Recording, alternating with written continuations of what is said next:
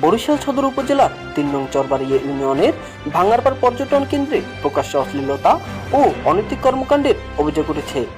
স্থানীয়দের দাবি, পরিবার পরিজন নিয়ে ঘুরতে আসা দর্শনার্থীদের জন্য পরিবেশ দিন দিন অস্বস্তিকর হয়ে উঠছে। প্রাকৃতিক সৌন্দর্যের জন্য পরিচিত এই ভাঙ্গারপাড় এলাকা এখন কিছু অসাধু ব্যক্তির কারণে বিতর্কের কেন্দ্রস্থল। সকাল থেকে রাত অবধি বিভিন্ন স্থানে অশালীন আচরণ ও অনৈতিক কর্মকাণ্ডের দৃশ্য চোখে পড়ছে বলে অভিযোগ স্থানীয়দের। এলাকাবাসীর ভাষ্য, বিষয়টি নিয়ে একাধিকবার মৌখিকভাবে জানানো হলেও এখনও কার্যকর পদক্ষেপ দেখা যায়নি। ফলে পরিবার নিয়ে ঘুরতে আসা অনেকেই বিব্রত পরিস্থিতির মুখোমুখি হচ্ছেন।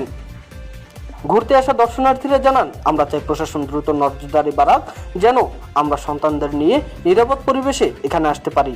এলাকাবাসীর দাবি, নিয়মিত পুলিশ টহল ও সিসিটিভি ক্যামেরা স্থাপন করা হলে এমন পরিস্থিতি অনেকটাই নিয়ন্ত্রণে আনা সম্ভব।